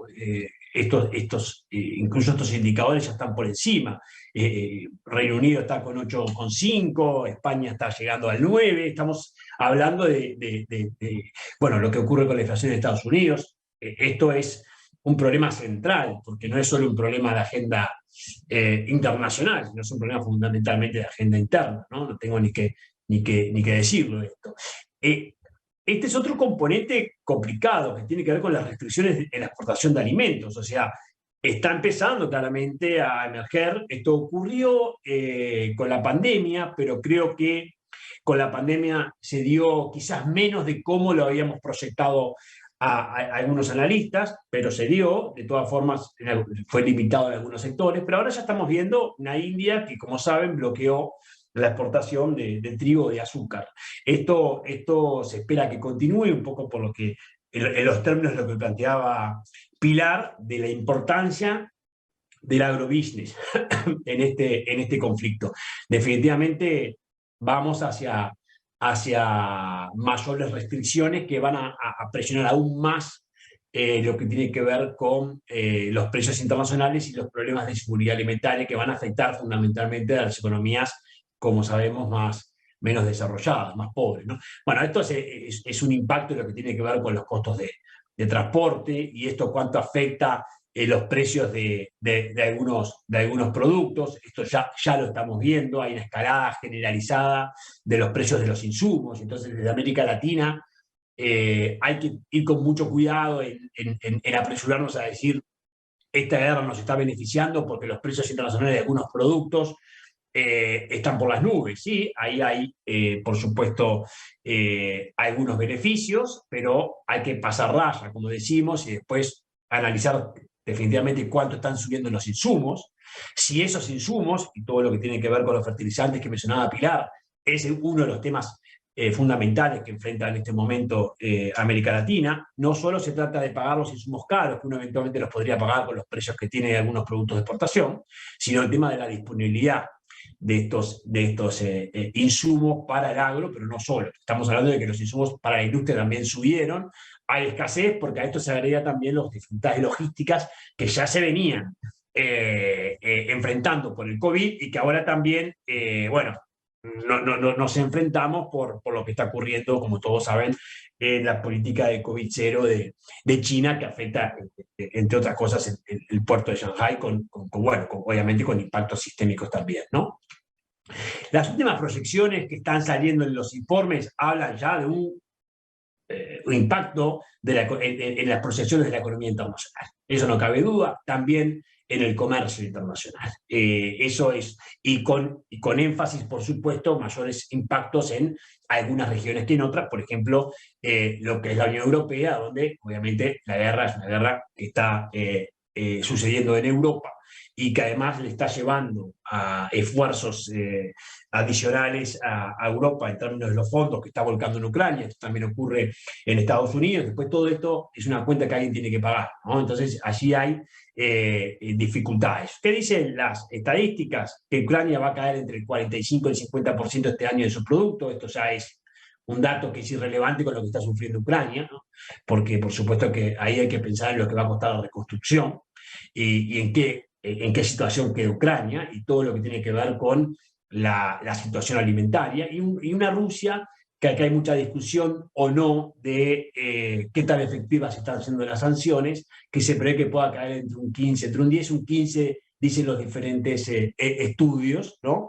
Pero bueno, el golpe, sin lugar a dudas, lo está viviendo Rusia y las sanciones siguen en aumento. El punto es hasta cuándo pueden llegar estas sanciones, hasta dónde es viable desde el punto de vista político. Ya vemos que la Unión Europea está empezando a ser pragmático en cuanto al manejo de Hungría, pero bueno, un aumento de las sanciones, ¿qué resultado tienen en que después no terminen siendo también un impacto directo al sistema internacional, ya no solo lo que son las proyecciones económicas, sino también a financieras? Porque mucho cuidado con los beneficios que algunos pueden sacar de que el sistema financiero internacional se vea muy golpeado por esta crisis. Dos gráficos para ver situaciones distintas en América Latina. Un gráfico es el petróleo y el otro es la soja. Por supuesto, con crecimientos importantes a partir del inicio de la guerra en Ucrania, ¿no? y eso tiene efectos positivos para algunos países, negativos para otros. No todos los países, como saben, son exportadores de petróleo, y algunos tienen, por supuesto, su estructura exportable más concentrada en productos primarios, que se están viendo muy beneficiados con picos históricos que ahora muestran quizás una tendencia más a la inestabilidad, pero por supuesto con precios muy elevados, ¿no? Todo esto genera dificultades internas por la inflación. En algunos países también se están dando los temas de las monedas, en el caso de una apreciación de las monedas locales, que afecta también la competitividad de la exportación. Entonces es un fenómeno muy complejo que estamos viviendo, donde es apresurado de decir tal país se ve beneficiado. No, hay que analizar cada uno de los países. Recién, digamos, Pilar ponía un ejemplo del caso de los bananos. Bueno, no todos los países tienen la misma concentración con Rusia, ahora lo vamos a ver, y hay que ver cuál es el grado de dependencia que se tiene con Rusia, y el grado de dependencia que se tiene con los precios internacionales de un producto o de otro, dependiendo de la estructura productiva. No es tan fácil sacar conclusiones rápidas de que América Latina se va a ver perjudicada o favorecida. En algunas variables sí, y en otras no es tan fácil, ¿no? Si miramos qué es Rusia para América Latina en su conjunto, ¿no? Bueno, es poco importante. Esto es algo que, o sea, si veamos la participación de Rusia en las importaciones totales de América Latina, vemos que es del 1%. Si miramos las exportaciones totales es 0,6%, y en las importaciones es el 1%. Digamos, Rusia no es un actor económico relevante en términos globales para América Latina. Ahora, de vuelta al pero, ¿no? Ya dijimos que en algunos productos sí. Acá vemos además cómo ha evolucionado el comercio en los últimos tiempos. Vemos que el comercio, más allá de ese pico del 2020 que se da en las importaciones, no es un comercio que muestre un dinamismo, como por ejemplo puede mostrar el comercio de América Latina con China. Entonces ahí hay un comercio que está estancado en términos de crecimiento global. Acá estamos mirando toda América Latina con Rusia, pero miren lo que son las dependencias, las importaciones. ¿Qué importamos, ¿no?, de América Latina en su conjunto? El 44% de lo que importamos es abonos, después fundición de hierro y acero, y después combustibles. Eso importamos de Rusia, toda América Latina. ¿Qué exportamos? Exportamos fundamentalmente frutas y frutos, semillas y frutos oleaginosos, carnes, pescados, y vehículos, automóviles y tractores. Ahí está fundamentalmente el caso de Brasil. Pero, ¿qué tan importante es Rusia en algunos productos? Esta sería la clave, ¿no? Entonces, si uno hace un análisis donde dice, bueno, ¿en qué productos Rusia es un comprador relevante para América Latina? Entonces, analizando solo los que superan el 3%, tenemos que Rusia es un comprador relevante en su conjunto de toda América Latina de leche y productos lácteos, de plantas vivas y productos de floricultura, de frutas y frutos comestibles, y de pescados y crustáceos. Miren los porcentajes, es relevante porque es por encima del 3% del total, pero no es tan importante tampoco. O sea, no es un actor para nuestras exportaciones tan relevante. Ahora, si lo miramos del lado de las importaciones, miren lo que pasa allí, que es lo que planteaba, obviamente, Pilar con el caso de Brasil. Un Bolsonaro que dice, yo voy a salir a comprarle, voy a seguir comprándole a Brasil mi fertilizante porque no puedo cambiar rápidamente esa proveeduría, ¿no? Pero miren, el 22% de los abonos se los compramos a Rusia. Ahí hay un tema complejo que necesariamente vamos a tener que resolver, ¿no? Bueno, voy a ir cerrando un poquito con algunas conclusiones. Los impactos en el sector logístico son claros. Estos están acelerados por lo que ocurre con China. Hay menor demanda en el transporte de carga, hay crisis de abastecimiento. Esto es evidente que va a ocurrir. Hay un aumento de los precios de los fletes. Obviamente el cierre del espacio aéreo lleva a que las aerolíneas hayan cambiado las rutas. Esto genera más dificultades. Lo mismo ocurre con los contenedores. Hay logísticamente un impacto que además me parece que hay que analizarlo un poquito más en el largo plazo, un poquito más con la perspectiva de largo plazo, que tiene que ver con lo que ocurrió con el COVID, lo que está ocurriendo ahora con la guerra y lo que está ocurriendo también en paralelo con China, ¿no? Y los impactos económicos a nivel mundial, una coincidencia de todos los estudios que uno puede relevar que están disponibles, que parten de la base de que el conflicto va a seguir hasta fin de año. Bueno, hay impactos económicos y financieros, por supuesto, en las materias primas, no cabe duda, en los precios del petróleo, del gas, y del trigo, por nombrar algunos, pero hay una suba generalizada de los precios, una aceleración de la inflación a nivel internacional que preocupa, porque eso afecta fundamentalmente a los que menos tienen. Ya hay procesiones de lentecimiento del crecimiento económico mundial, esto es evidente, y esto especialmente va a golpear a la Unión Europea, una Unión Europea que además en paralelo tiene que estar reformando su seguridad internacional, su política de seguridad internacional y su política energética. Es demasiado desafío juntos. Hay un aumento del precio de los alimentos y ya se prevé escasez en algunos casos, ya está ocurriendo. Para varios países la guerra le impuso la necesaria reforma energética, esto es lo que va a ocurrir en Europa. Bueno, y en el corto plazo los gobiernos van a tener que amortiguar el golpe por los precios en la energía, en los alimentos, que esto tiene efectos directos en el desarrollo y en la agenda interna, y esto va a pasar a ser el tema de la agenda central. Entonces tenemos una agenda internacional marcada por la guerra, pero efectos colaterales muy fuertes en las agendas internas de países en América Latina que además ya tienen en muchos casos problemas institucionales, problemas políticos o debilidades y golpes que ya veníamos enfrentando de la pandemia, porque la pandemia ya nos hizo retroceder muchos años para atrás y ahora tenemos de vuelta este gran desafío. Cierro con esto, Pamela, que es otro ingrediente que me preocupa profundamente, que es a todo lo que hablábamos de los impactos económicos que vamos a enfrentar, también América Latina se va a ver forzada a entrar en este juego muy delicado, que es de qué lado estás. Y esto de qué lado estás es un poco como se está planteando las relaciones internacionales de este momento, ¿no? Estamos ahora con coaliciones de un lado y de otro, con una puja muy fuerte de lo que es el enfrentamiento entre China y Estados Unidos, que se está acelerando. Entonces allí tenemos dificultades en que se crean nuevas coaliciones. Entonces la pregunta es, ¿de qué lado vamos a estar? Yo acá me gustaría dar una opinión. A mí me parece que esto es muy riesgoso, pensar en que tenemos que estar de un lado o de otro. Esto no se trata de democracias versus autocracias, esto no se trata de Occidente versus lo que son los países de Oriente. Yo creo que esto es mucho más complejo que una nueva Guerra Fría, donde me parece que lo que vamos a ver en los próximos años es unas corrientes de pragmatismo de las relaciones internacionales muy marcadas, donde vamos a tener diferentes actores y donde los negocios van a ir por un lado, la política por otro, y vamos a estar equilibrando tensiones que evidentemente van a profundizarse claramente en los próximos años a partir de la guerra en Ucrania. Por ahí me quedo, Pamela. Ignacio, muchísimas gracias por tu presentación, excelente, al igual que las anteriores.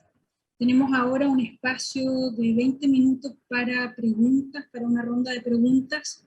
Yo creo que tu último slide, la última imagen de tu PowerPoint fue bastante interesante, porque pone sobre la mesa una primera pregunta en relación a América Latina.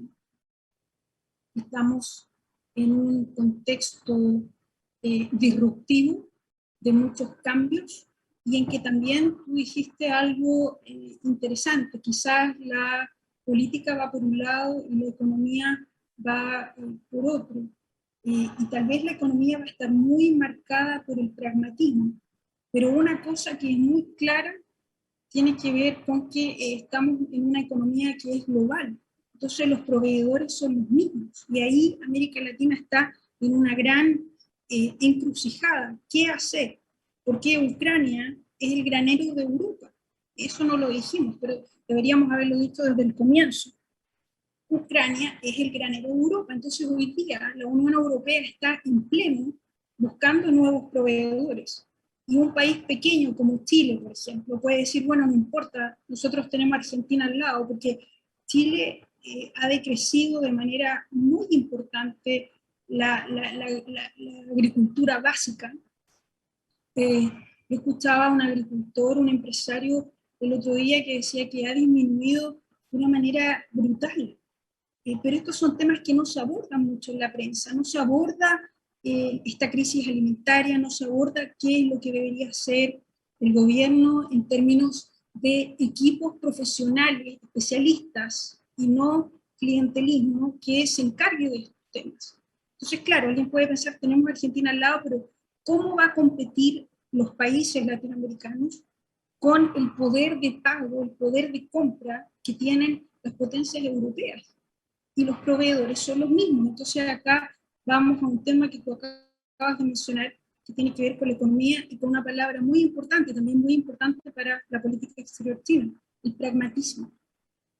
Yo creo que esto es un negocio y obviamente países importantes, graneros en el Cono Sur como Argentina, van a ver también cuáles son los mejores compradores. Ese es mi pequeño comentario a pie de página, sorry. Me voy a las preguntas. Hay algunas preguntas bastante interesantes. Tal vez esta pregunta puede ser para la Pilar, porque como colombiana es experta también en Colombia. Carolina Palacios pregunta, en Colombia el 29 de mayo se llevaron a cabo elecciones presidenciales. En la historia de Colombia, por primera vez, la izquierda ganó más votos en más de 100 años. ¿Usted considera que esta coyuntura internacional, guerra, Rusia, Ucrania, es un elemento que puede determinar la orientación del voto en Colombia? Te dejo la respuesta muy puntual. Al grano y seguimos con las demás. Bien. Gracias, Pamela, y gracias, Carolina Palacios, por tu pregunta desde Colombia, que evidentemente nos pone en la condición interna de cada país. Ucrania y Rusia fue tema de agenda prioritario de estos candidatos que se postularon este fin de semana. Bueno, ya llevan meses. Creo que no fue el tema sustantivo, pero sí, y como bien lo señalas, debemos ver los efectos que tienen, las repercusiones, y esto nos recuerda cómo hace pocos meses Colombia fue catalogado como socio estratégico de la OTAN. Entonces eso ya nos pone en esta idea que ahorita justamente los colegas, el doctor Ignacio nos puso sobre la mesa, cómo se está redefiniendo el sistema internacional y qué partido toma cada actor dentro de este. Y ahí está la disyuntiva y la condición con este otorgamiento que le acaban de dar a Colombia de miembro casi distinguido dentro de esta OTAN ampliada.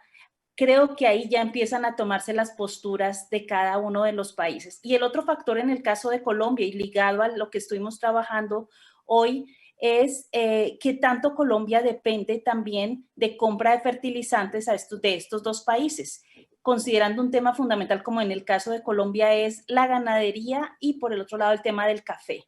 Entonces ahí es donde vienen las disyuntivas de nuestros países en América Latina en medio de esta situación. Ahorita lo decía muy atinadamente el doctor Ignacio, Rusia no es prioritario en términos de nuestra dependencia económica en América Latina, pero sí determina esta conflictiva precios de la canasta fundamental, no solo América Latina, sino del mundo, y es frente a ese reto que nos encontramos. Gracias, Pamela, gracias a Carolina Palacios. Muchas gracias, Pilar, muchísimas gracias. Vamos a otra pregunta de Moisés Roberto Escobar. Estas son varias preguntas, así es que va para todos y vemos cómo las pueden responder. Él dice, ante el actual contexto de múltiples emergencias y crisis, así como el paulatino reposicionamiento hegemónico de China y Rusia, pregunta, ¿es posible una reconfiguración geopolítica que relegue a Estados Unidos y posicione a China como potencia mundial líder? ¿Qué implica en términos de gobernanza y dominio de agencias internacionales como la ONU, Banco Mundial y otros? ¿Será que se avecina una nueva guerra fría con formación de bandos antagónicos? ¿Qué posición debe tomar América Latina en esta crisis de hegemonía? ¿O seguir con Estados Unidos o cambiar a China? ¿Y qué costos-beneficios nos atañen? Yo creo que le daría el pase en primer lugar a Fabricio y luego nos vamos sumando las respuestas. Muchas gracias, Pamela, Moisés, Roberto Escobar, por esta serie de preguntas. Voy a tratar de ser lo más enfático para que también me gustaría escuchar la pluralidad de opiniones. Yo creo que definitivamente se ha mencionado en todas nuestras exposiciones que estamos en un escenario de reconfiguraciones.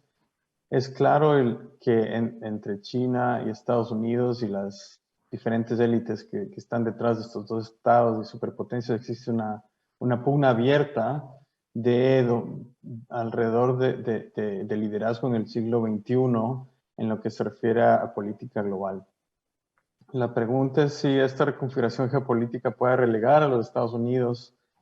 Eso es, me parece que algo que es extremadamente complejo decirlo en blanco y negro, pero creo que todos los matices que hemos escuchado hoy se tienen que considerar al momento de entender más que todo si va a existir un traspaso de poder o no, entender las reconfiguraciones y lo que implica para cada una de las regiones y de los distintos lugares en este caso de América Latina, por ejemplo, que es lo que busca la pregunta, entender. Y yo creo que algo que a mí me pareció muy importante recalcar de la presentación de la doctora Pilar Hostos y de todos los demás ponentes es el tema de que la América Latina tiene muchas posibilidades para invertir, y las ha tenido desde hace mucho tiempo, en la autosuficiencia en varios campos: institucional, agroalimentario, incluso abastecimiento económico intrarregional. Y eso es una tarea que se debería plantear tanto como la Unión Europea. Es la otra parte de la pregunta en algún momento. Las regiones tienen que ir pensando en cómo hacer frente a este nuevo escenario y evitar caer en la trampa de los antagonismos, porque, y con esto termino, creo que en el caso de China es una economía que está mucho más interrelacionada con el sistema económico y la economía global. Depende también de que esta funcione, ¿no? Es una relación simbiótica, no es una relación, digamos, de dos bloques separados. Entonces es un escenario distinto al de la Guerra Fría, no son bloques que coexisten de uno al lado del otro, sino que la relación de interdependencias, como mencionaba Pamela, es muy alta, y hay que trabajar en las interdependencias que terminan en asimetrías en los diferentes campos. Lo dejaré ahí por el momento. Fabricio, muchísimas gracias. En realidad fueron varias preguntas, fue un pool. Yo creo que Moisés debería ser parte de cualquier comisión de evaluación de tesis doctoral, porque cada una de las preguntas fue muy compleja. Quiero seguir avanzando con las preguntas. Un comentario interesante de Fabiola Holguín. Ella dice: con la falta de apoyo abierto por parte de China a Rusia, se está demostrando que Occidente tiene más relevancia para China y que es más necesario tener buenas relaciones económicas y políticas. Aquí vamos un poco al concepto también de pragmatismo. De María Teresa Molina para Sergio Cesarín, una pregunta. A nivel individual y global, particular, gobierno, los panoramas disruptivos pueden generar un nuevo hombre o un nuevo mundo, guerra Rusia-Ucrania o bien un desastre aún mayor. La situación actual no escapa a esas consecuencias. ¿Ve usted preparadas a las autoridades y académicos latinoamericanos, influyentes, atentos, más aún capaces de controlar que de la situación económica y social se obtenga algún resultado positivo para la región? Bueno, gracias por la pregunta. Perdón, pero me atreví a adelantarle una respuesta vía chat. Bueno, obviamente los diagnósticos son muy acertados por parte de todos, cada uno agrega un matiz a lo que hemos expresado. Y respecto a la pregunta, a ver, creo que no estamos preparados. Son acontecimientos, si se quiere, en muchos casos absolutamente novedosos. Dijimos que de la pandemia que era un cine negro, con lo cual le estamos dando un tenor y una característica, bueno, sí, disruptiva, absolutamente novedosa y desestructurante. Entonces, yo creo que no estamos preparados. Pero en la contestación también le decía, bueno, pero precisamente este es el motivo por el cual nos reunimos en este tipo de debate. Por eso estamos aquí hoy, para tratar de hacer intelección de estos procesos, para tratar de sistematizar variables, tratar de unir, combinarlas y tratar de elaborar una diagnosis. Puede ser de corto, mediano, de plazo, trazar tal vez líneas tendenciales en una prognosis que nos ayude a mejor entender y a tomar posiciones relativas sobre la base de esos distintos, sobre esa prognosis, asumir algunos escenarios y sobre esos trabajar en términos de situaciones domésticas, situaciones internas, ordenamiento de actores, etc. Nuestra región, hay que ser conscientes, ¿no? Somos muy diferentes, somos muy parecidos en muchos aspectos, pero tenemos muchas diferencias que lamentablemente a lo largo de los años no hemos podido sortear.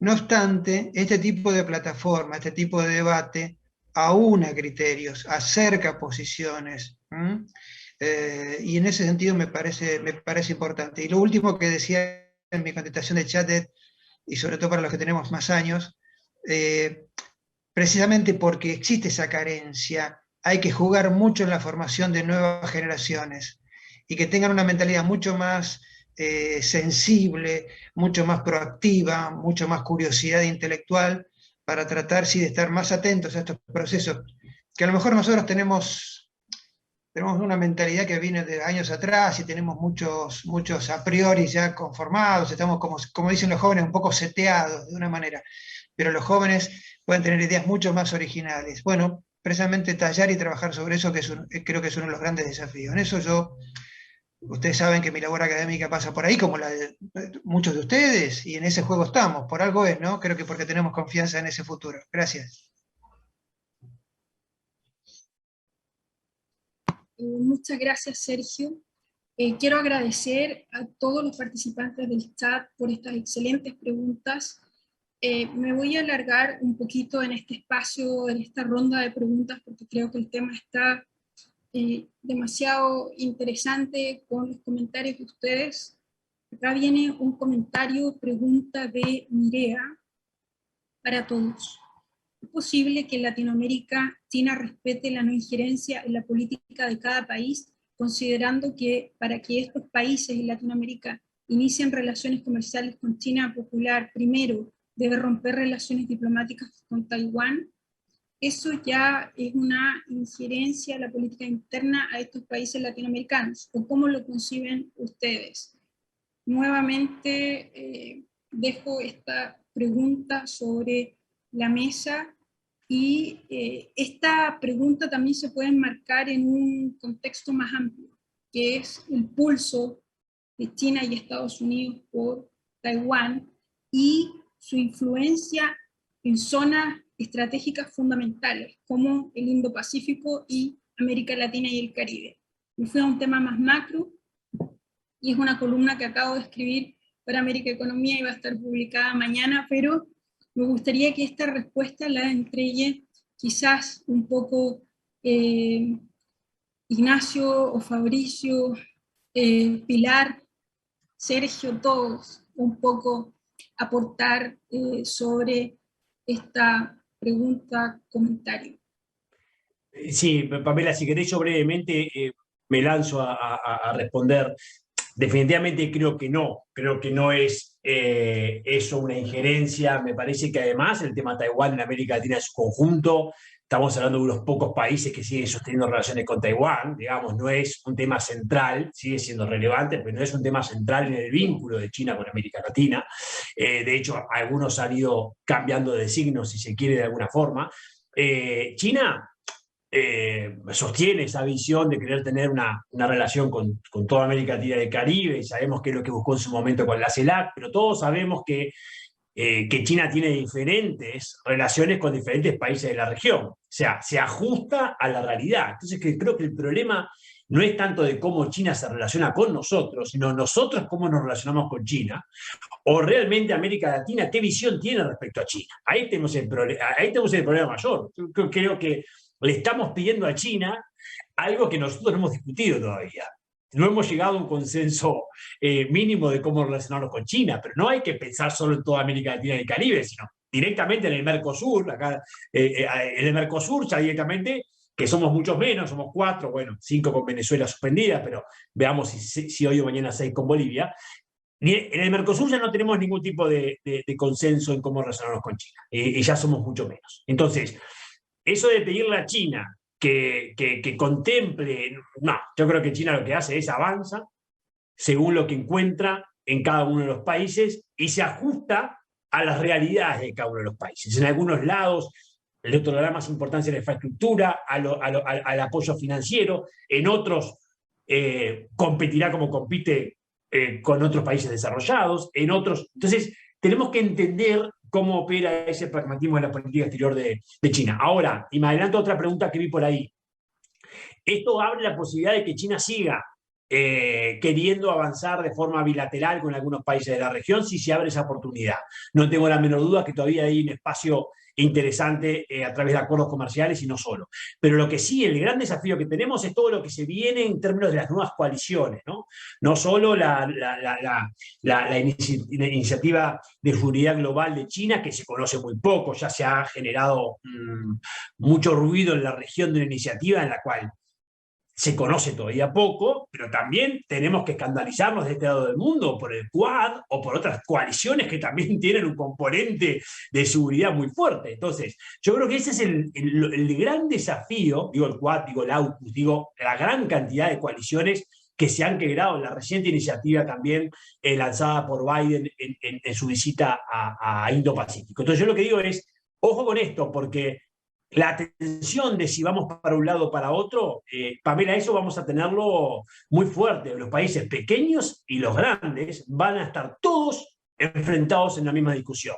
Si vamos con China o vamos con América o vamos con Estados Unidos. Yo insisto que con algunas cosas podemos ir con China, con otras cosas podemos ir con Estados Unidos. Y es ahí donde yo veo el necesario pragmatismo en las relaciones internacionales en las épocas que se vienen. Lamentablemente siempre se nos quedan muchas preguntas en el tintero, pero tenemos un tiempo acotado y por supuesto nosotros vamos a desarrollar más este tema con el número del Working Paper de julio, donde nuestros queridos ponentes van a enviar tal vez una síntesis de lo que han expuesto. Una última pregunta para cerrar, muy puntual, y esto más bien de economía. En el caso de Chile, ¿cómo podemos justificar la inflación? Técnicamente es un país productor.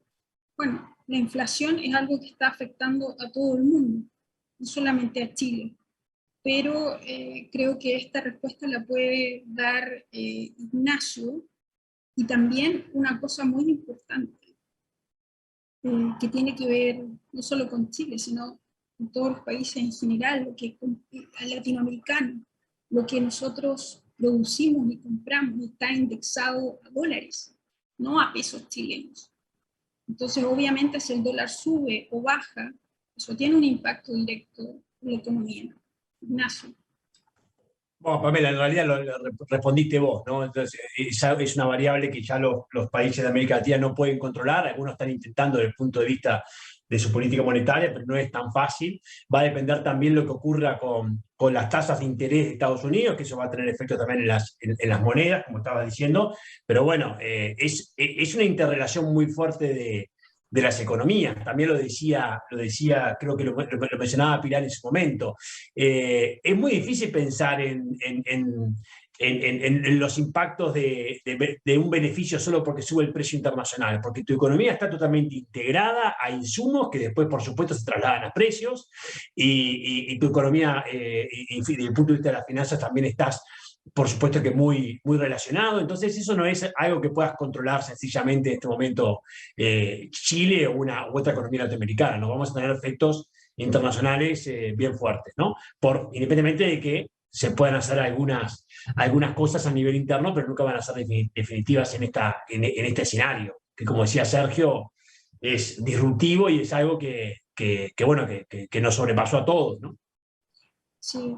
Bueno, para cerrar, siempre me gusta como hacer una síntesis, pero en este caso de la guerra de Ucrania y sus implicaciones para China de América Latina, simplemente decir que no es posible decir si esta guerra va a terminar a fin de año o si va a durar varios años más. Simplemente es posible avisorar que posterior a esta guerra vamos a tener un nuevo orden internacional.